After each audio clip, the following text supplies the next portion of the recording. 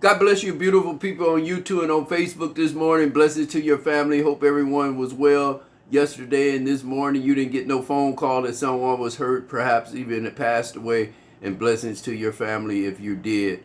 And my prayers go out to you. Well, I want to give you a quick word this morning. It's Sunday morning. Blessings to your pastors and the pastors' wives this morning.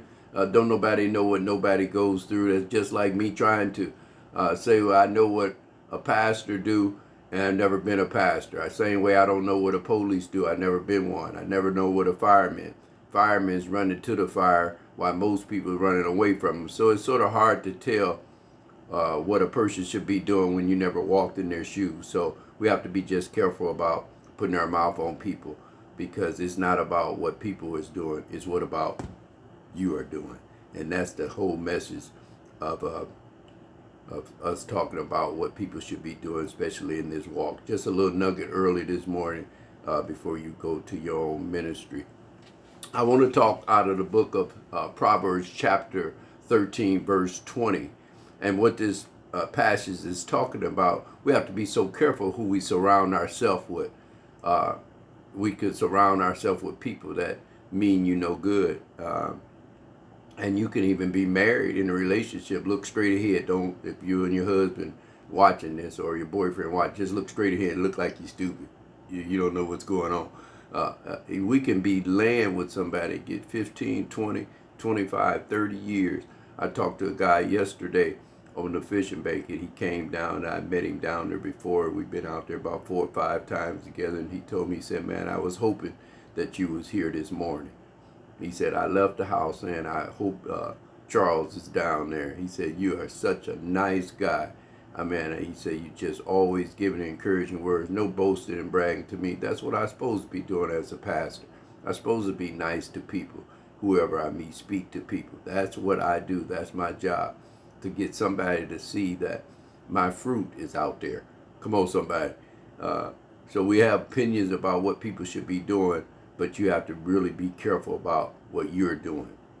And that's what matters. Find out what you can do to make the world be better for what you do, if that make any sense. Let me read this in your hearing before we go to the scripture. Surround yourself with people who push you to do and be better. Surround yourself with people to push you to do and be better. Just higher goals and higher motivation, good times and positive energy, no jealousy or hate, simply bringing out the absolutely best in each other.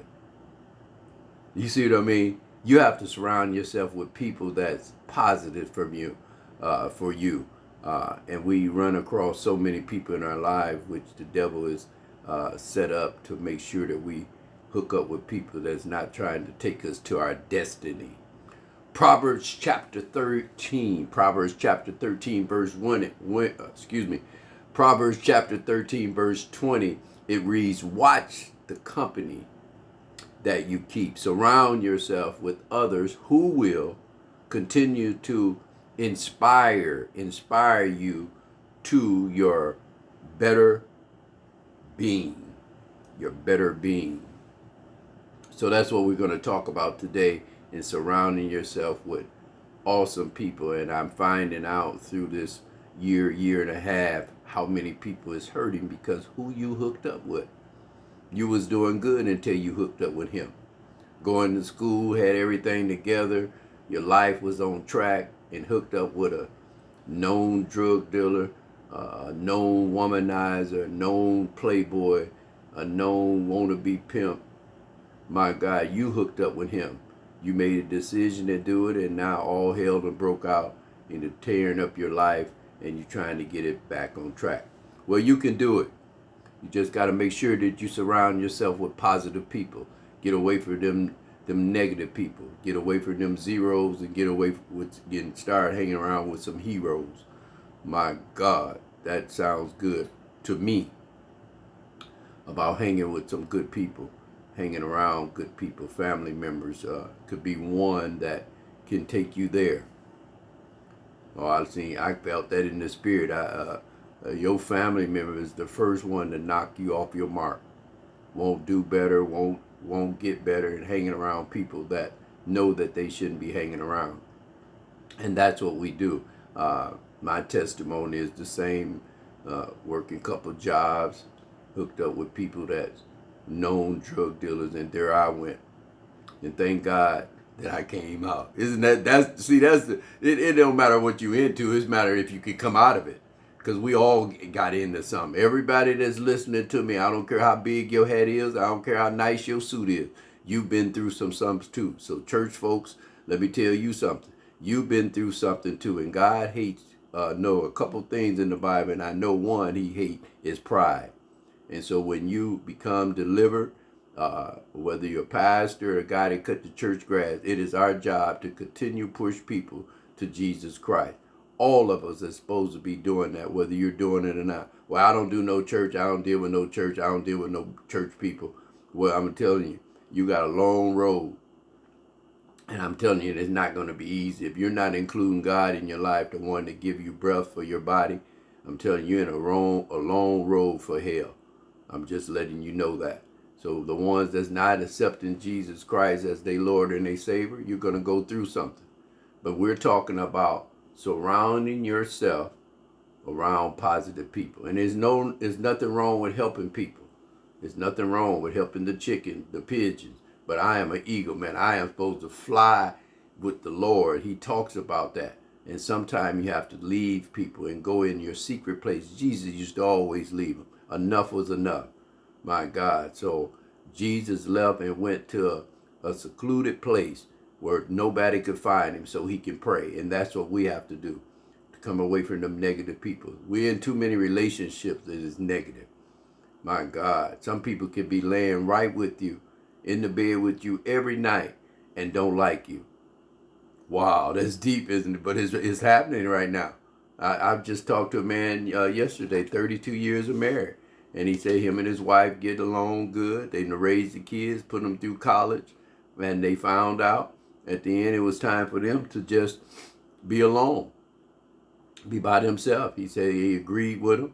And he was the one last night telling me how nice I was and how I give him a good word and how I've helped him in his life the 4 or 5 times I talked to him. And I thought that was awesome. And that's what I should be doing as a pastor.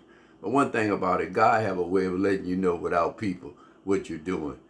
Your fruit will make room for you. If you out there witness the goodness of Jesus Christ like I do, where I'm in Perkins restaurant or at Walmart's in the back bathroom, my God. A year ago, I was witness to a guy who was in Walmart. It was just him and I in there. I didn't know he was in there. He was in the stall and he was crying. And I heard, I looked under the stall. I said, "Excuse me, sir, are you all right?" He said, "No, I'm going to kill myself right here in Walmart today." I said, "Why would you do that?" He said, "I'm on meth, I'm on crack cocaine, I lost my car last night, and my girlfriend quit me." Well, y'all know how I am in my spirit, in my flesh. I was saying it sound like a country song, but to be serious, it was really serious. And I told him, I said, "Well, you say you on the bottom?" He said, "Yeah." He said, "Well," I told him, I said, "Well, good. Now you can go up." I said, "I was on 11 years of crack cocaine, and here I am now, 11 years going on being a pastor. You can come out of here." We walked out of here. I seen that long knife he had, and I gave him a business card, and he called me about 2 months ago. He's still alive. So that's what we're talking about today, surrounding yourself around positive people. If I had told him come to the church Sunday, he might have killed himself in there. We have to make sure that we're witnessing to people wherever we go. Walmart, Speedway, the fishing bank, McDonald's parking lot, in your job. Let me say that again. In your job. Let me say that again. In your job. That's where God is watching you. I'm telling you. Church, God can't see how you are in church. You know why? Everybody look like they're a Christian on Sunday. But you know, as well as I know, there's some hell inside of you sitting in that pew this morning. There's going to be some hell in you. Something you need to dig out of you to make you a better person, even in your local church. And this is the problem where pastors have, because sometimes we have to put out so many fires inside of the church, you can't even get out to the world. But the Bible lets me know you got to come out of that church and go get the one. Leave the 99 and get the one. Jesus didn't have no address. My God, he didn't have no 24172 State Road 2. He didn't have that. Jesus preached to the nation, to the highways, byways, and the hedges. And that's what I love doing. I want to go to the west side and pull many people out that God allowed me. Oh my God, where God allowed me to come out. It is my job to go back to that west side where God delivered me from and pull. I wish you want to go pull you out to this great and marvelous light on this side. I'm getting excited and I feel my help coming. I'm telling you, God will show up and show out in your life if you put him first. Put him first in everything you're doing. Don't give no speech. Well, I want to go back to school and I want to lose some weight and I'm gonna get my degree in this and I want to open up me a nail salon and I want to do this. So hold all that. Just say, God, if it's your desire for me to want what I desire, if it's all right with you, I like to do that and watch God show up and show out in your life. See, we got to understand domestic problems. Sometimes the guy hit you because of the fact God took his last thing with you to get you to change your destiny. That is not the destiny you're supposed to go with him. It's not. It's not. And we're having, listen, we're having sex too early. You can't not find out how a person is in a couple months, couple weeks. We have to get out of that bed, young people, and sex is way, way over the top chart. And let me ask the question, do you know where your child was last night? Church folks, church people, people that go to church. Is your teenagers going to church with you this morning that's in your house? What do young kids that's not 20 need to be outside after 12? Where is the parents at? Yeah, I know we want to blame the police, want to blame the parents, we want to blame the pastor, but where is the parents? And that's our problem. Can't we see that? We having half parents raising half of children. And that's not going to work. I know what they're going to do. We keep on clowning in the streets, they're going to set a curfew on us pretty soon. And I'm telling you, I've seen that happen before. If we keep doing this in South Bend and the shootings, they're going to lift the curfew. I heard that through the grapevine. So I'm just letting you guys know. Warning before instruction. Well, I could do that on that Friday, Warning Friday. I'm telling you what's going to happen if we allow this to keep going on, the chaos with us, especially as black people. We have to learn to love each other and surrounding ourselves with positive people. You know, it ain't the greatest message for you to shout this morning, but it's a little message before you go into your church. See if you can win one. Matter of fact, when have you asked somebody to come to church? And who have you brought to church? Let's think about it.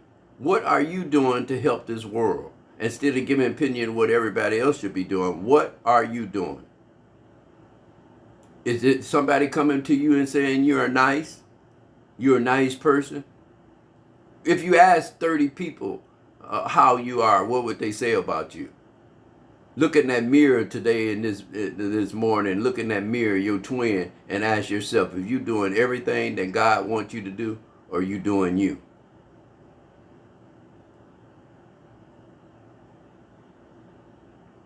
You know, I love you guys out there. You guys continue to be blessed. Make sure that you get around people that's positive people. If your friends, when you tell them that you want to go back to school or you want to do something positive, and they like, you're not going to do nothing, now you going to church, now you doing this. You have to be careful with them people. Them people are the devil, because a friend don't do that. I don't care if somebody say, well, I want to go to the moon. I'll be like, man, you have to start studying. You have to get everything together. I don't know what the procedure is for you to go to the moon, but if you want to go to the moon, and that's one of your goals, I'm for you. Go to the moon. Come on. Build a speedway up there. I don't know what you might build up there. Taco Bell. If that's your goal, I'm for you. You know, if it's positive, I'm for you. You know, now if you're doing some things that's going to take you a hard time to get there, I'm going to let you know that too. Because the Bible said that the blood is up on the pastor's hand if you don't tell the truth. The truth will do what? Set you free. Well, this video has been long. I'm up to about 15 minutes. I'm going to get off of here. You guys have a good time at your church. And just remember, surround yourself with positive people. It's already hard enough to do good by yourself. When you pull in somebody that's negative all around with you, and that's family members first. You have to let them go so God can take you to your destiny. Isn't that good news? Well, I love you out there on Facebook and YouTube. You guys be blessed. Continue to do stuff good to people. And I guarantee you, if you take this Bible and read it and believe in everything from Genesis to Revelation, I will see you on top. I love you all. Be blessed.